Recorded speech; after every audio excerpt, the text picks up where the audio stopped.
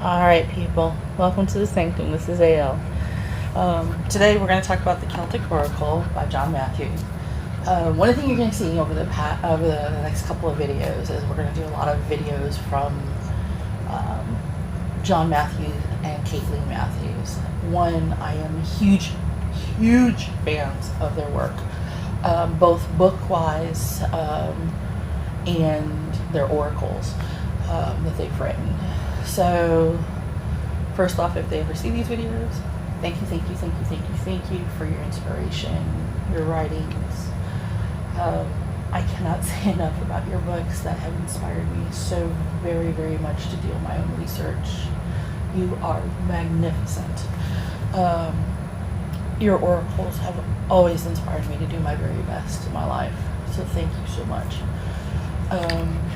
A lot of their oracles and stuff are out of print. Some of their new ones are out. In fact, I want to get their King Arthur one that just came out recently, that they showcased on Tori Hartman's reader.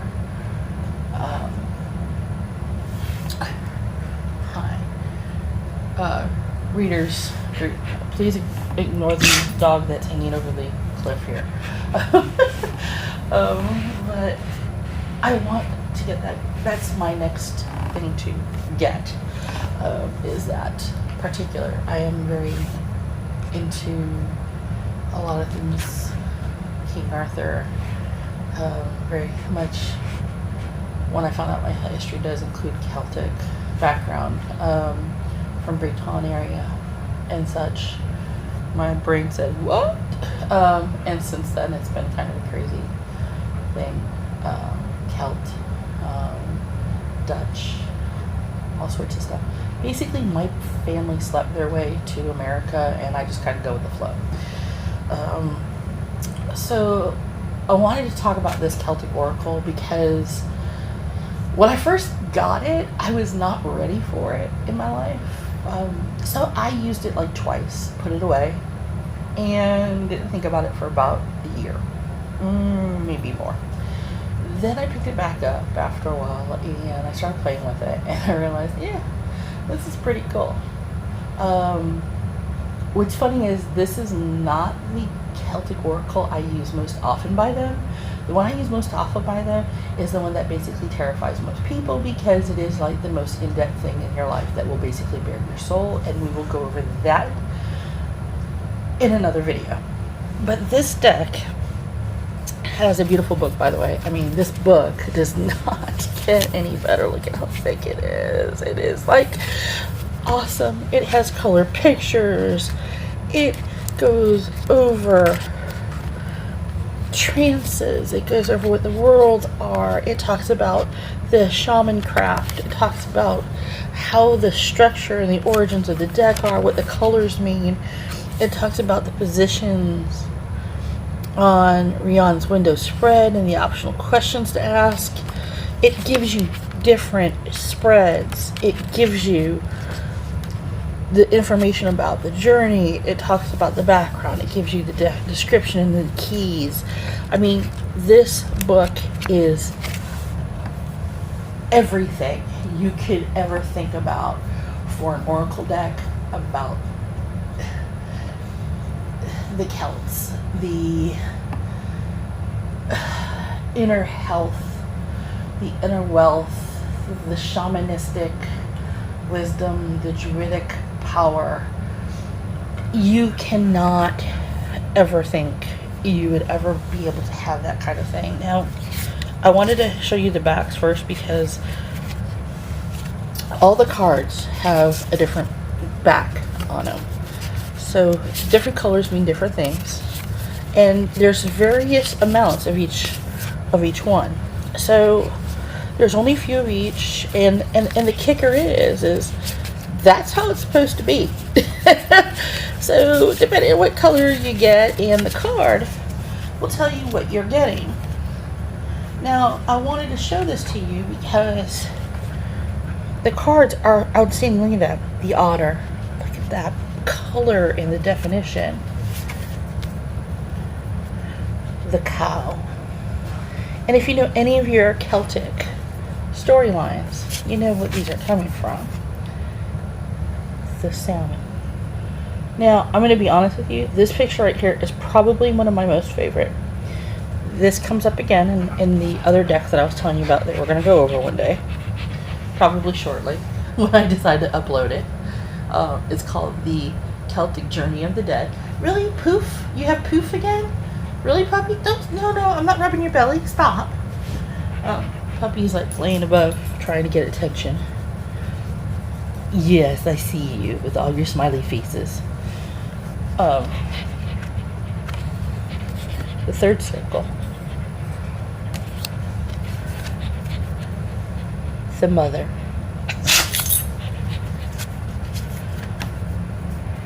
The tree of vision and tradition.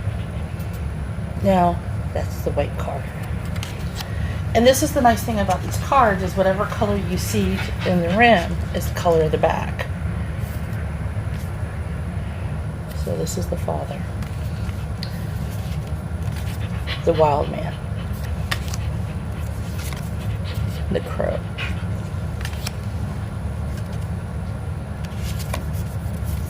The ferryman. The lady of the sacred earth. The owl. The cirrus.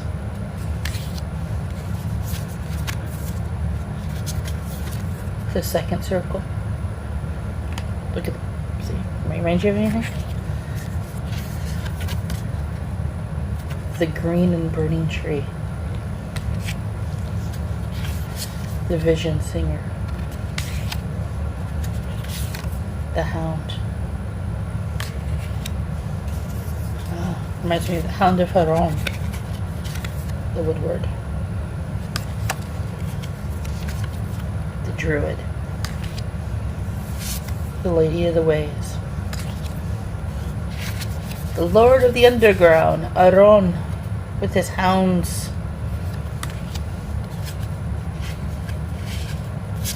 The lady of the cauldron. So, the interesting about this deck, and I'll be honest with you, it took me forever to actually allow the deck to mix. Yeah, I am one of those people who like their colors like to be colored in the same way all the time. I do not like the colors to mix. You must not allow the colors to mix. You must not read from the book. So yeah. And one of the things that I wanted to do is we're going to pick 2 cards and read.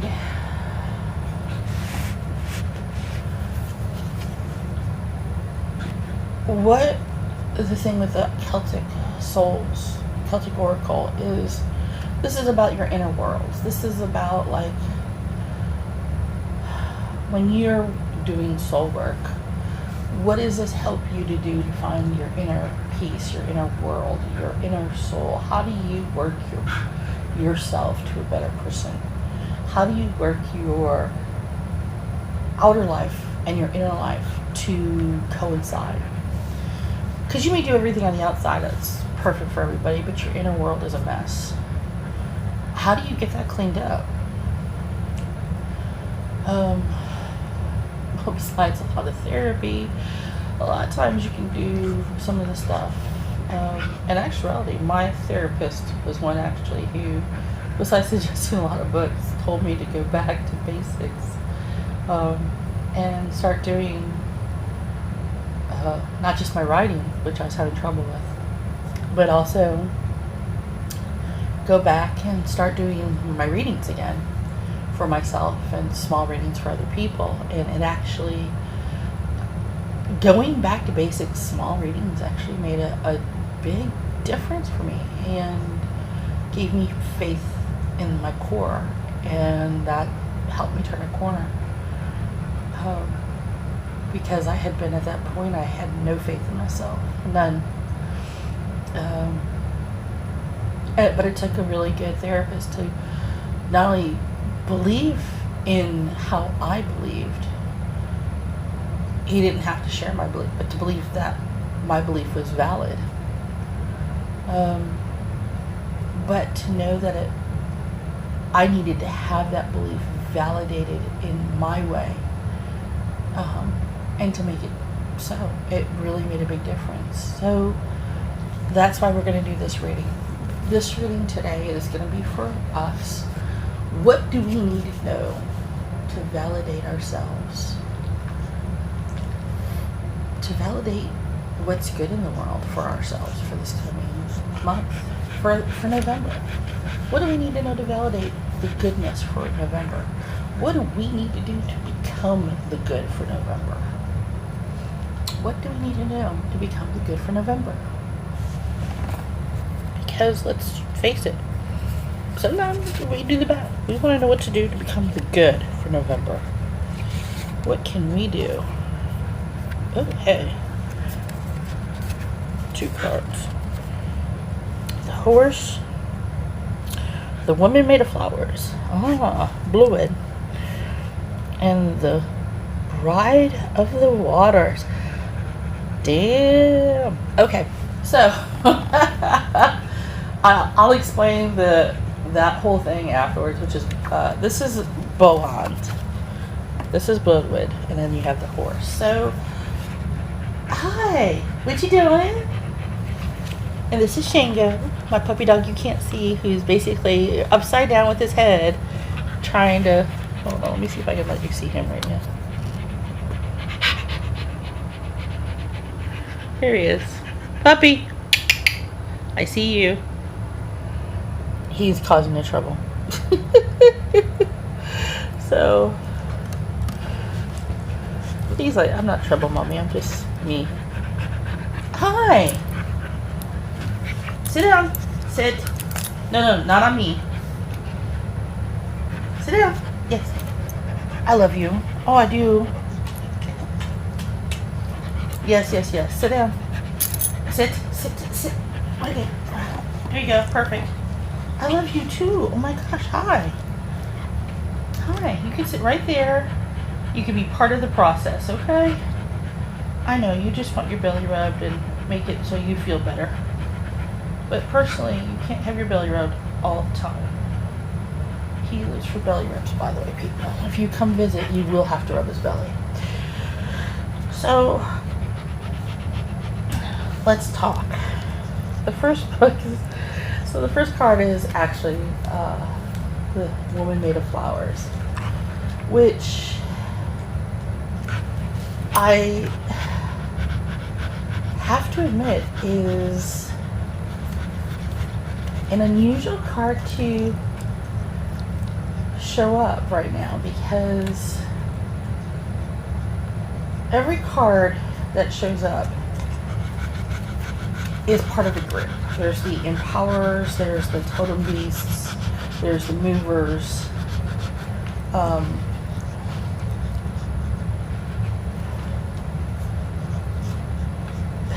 there's the worlds, there's the elements, and the shapers. So having her show up as an empowerer, the woman made of flowers, first is kind of funny. And I'm going to tell you why, because of the fact that the story of her is one that is both very poignant and very beautiful in a way. Bloodwood was created to be like the story of Pygmalion. She was created to become the wife for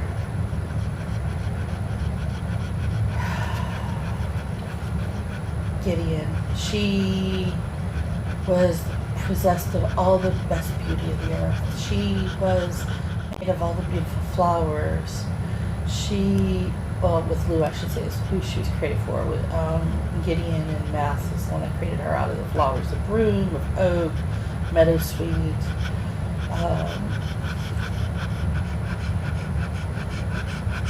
Lou was told that he would never marry a mortal woman. So they created an immortal one, a woman of flowers. And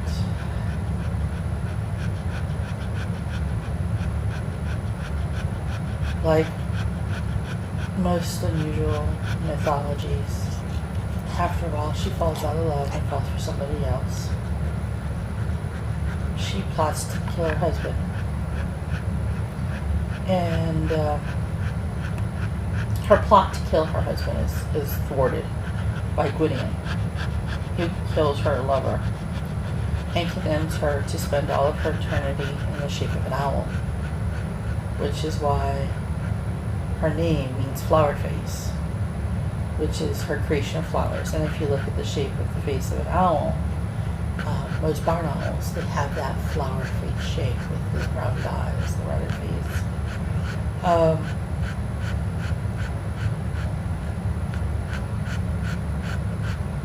And if you think about it, flowers are so beautiful, and owls can be so destructive in the way that they capture, the way that they treat their prey.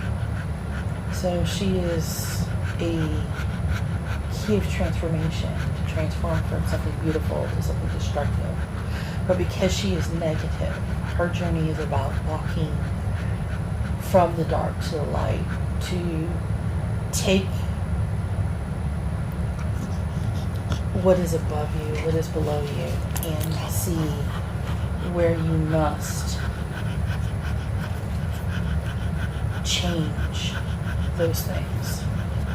Take that darkness within you, find out why and what motivates you. Are you afraid of something? Are you, hi puppy, are you moving out of fear, out of love? Are you doing it because you don't know what else to do? You don't know if you have any other options. And then, yes, I know. And find the way of options. That's what that card is calling you for. The second card, the Bride of the Waters, is an empowerer card as well. Its key is emotion. She is the guardian of the waterways of the world. The Bride of the Waters represents not just a guide through all the world where the waters flow, but also to the deep springs of knowledge and emotions, from which every bit of inspiration and wisdom for every shaman come from.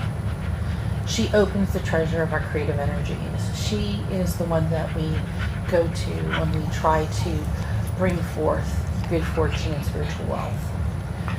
She is the one whom we ask for blessings when we start on a new endeavor. She is the one we ask when we start to create something. Be with us as I attempt to do this new piece, as I work on this new book, as I begin this new... lay down. Don't even try it. Lay down. Lay down. Lay down. Thank you. Crazy puppy. Leaving me tufts of hair. What the heck goes up with that? So, that's what Boan does. Boan is about gifting you with knowledge and depth of emotion, inspiring you to greater heights. And the horse is a totem beast. It is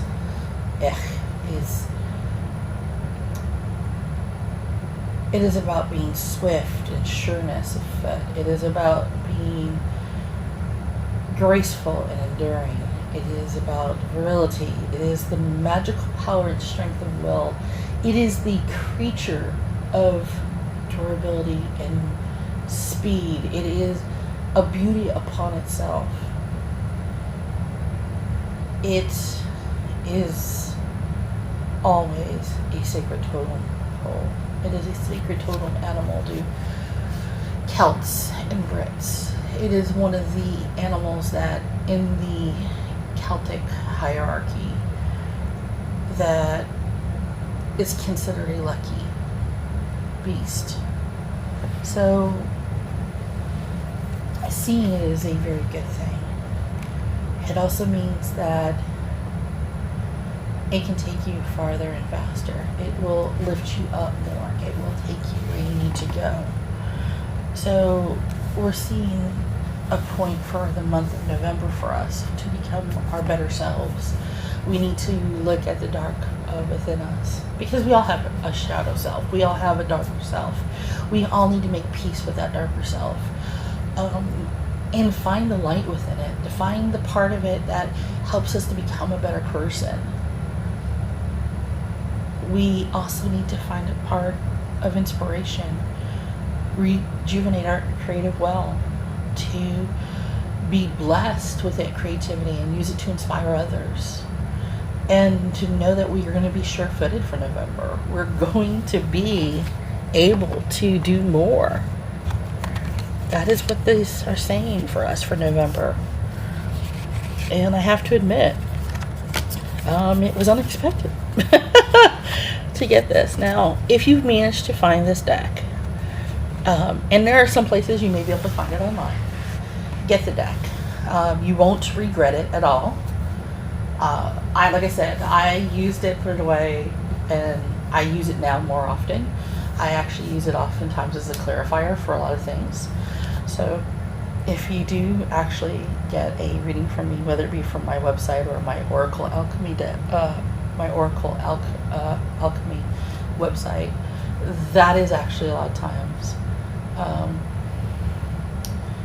where you will oftentimes see parts of the deck and stuff, or I usually try to take a deck and go over a couple of cards every so often. So yeah, so definitely give it a whirl. If you get this chance to see the deck, I will probably put up some more pictures of it shortly. It's actually a deck I actually do like. I love the cards. And go over it some more. So until next time, Bendithian.